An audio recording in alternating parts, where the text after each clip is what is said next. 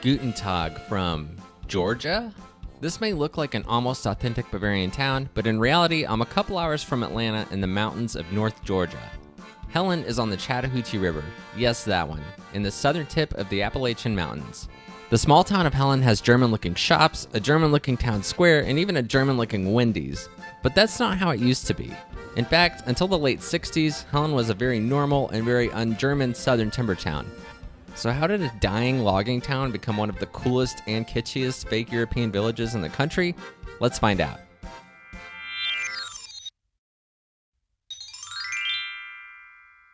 Before we start, subscribe to the channel and come with me on the next adventure. Before the Trail of Tears, the area that became Helen was inhabited by the Cherokee, who operated a turnpike that passed through the valley along the Chattahoochee River.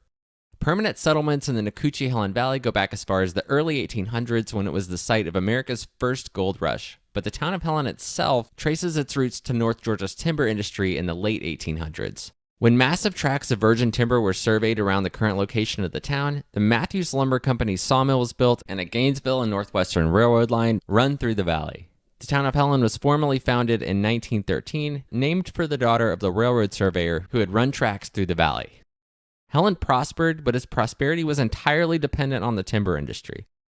The forestry prospectors had come to Helen to harvest old-growth virgin timber, but by the 1930s, all of the usable and easily accessible timber had been cut. The sawmill the town was built around closed permanently in 1931. The creation of the Chattahoochee National Forests near Helen upkept timber operations to an extent, but as demand for wood fell with the rise of plastics, Helen entered a precipitous decline and by the 1960s was a dreary shadow of its former self. And then came Bavaria. Three businessmen in the then drab city of Helen were meeting over food at a local restaurant in January of 1968, noting the decline of the town and looking for a different future. One of the businessmen, Pete Hodkinson, offered to talk to an artist friend named John Collick. Collick came from a family with deep roots in North Georgia, but had been stationed in Bavaria during his time in the army, where he had made extensive sketches of the rural villages there. Collick surveyed the predictable downtown of troubled Helen and came back with a plan for reinvention, comparing the Appalachians that surrounded Helen to the mountain towns he had seen in Germany. It may have been a stretch, but the people of Helen eagerly bought in. You see, even though Helen at the time was listless and uninspiring, it had a lot of potential. It was surrounded by beautiful mountain vistas, national forests, and had a crystal clear river running right through the center. And perhaps the most significant factor, the one that enabled it to be what it is the fact that it's only a 90-mile drive from the metropolis of Atlanta. In 1969, local carpenters Ray L. Sims and J.S. Chastain got to work on the downtown's facades. While the city and utility companies covered public parts of the town's renovation, the work of redoing the storefronts fell on individual business owners who, and this surprises me again, willingly did it at their own cost. It really was a chance to give Helen a new future, a plan that these business owners of anyone would need to succeed.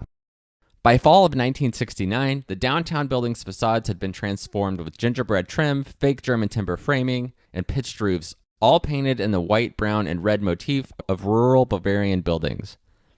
Murals of German and local history were added to the walls, and shop owners added cascading plants from their store windows. The utility company buried power lines through the town center, and the city government erected a new city hall, jail, fire station, library combo with a visitor center, built of course in the Bavarian style of New Helen. The city also replaced the streetlights and added planters and paving to the newly formed town square.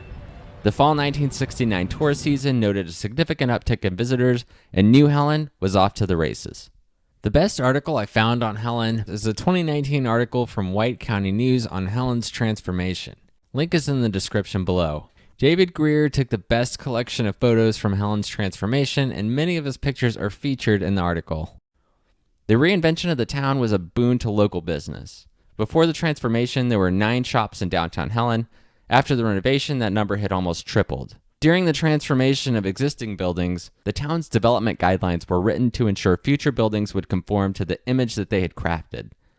Today, even usually unremarkable buildings like strip malls, chain restaurants, and hotels had to modify their standard building designs to meet the town's requirements, with varying degrees of authenticity.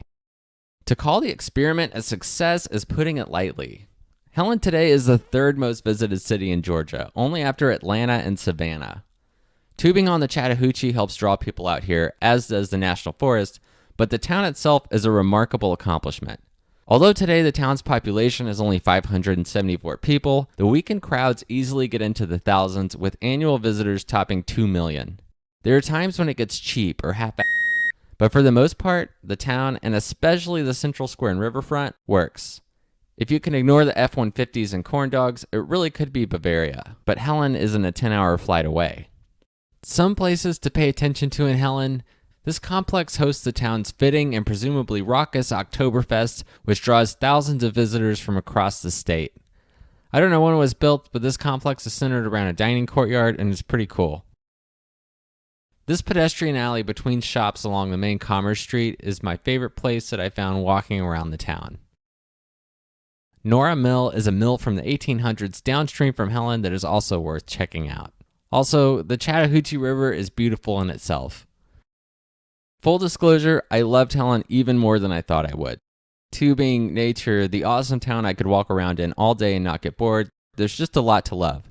Also, I'll always appreciate the architectural accomplishment. Even if it's kitschy and imperfect, this transformation is impressive. This was a town on the decline that took a risk on reinvention, and it all paid off.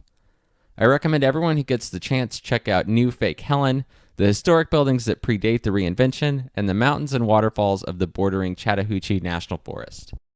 As always, thanks for joining me on this adventure. Subscribe to the channel and come with me on the next one.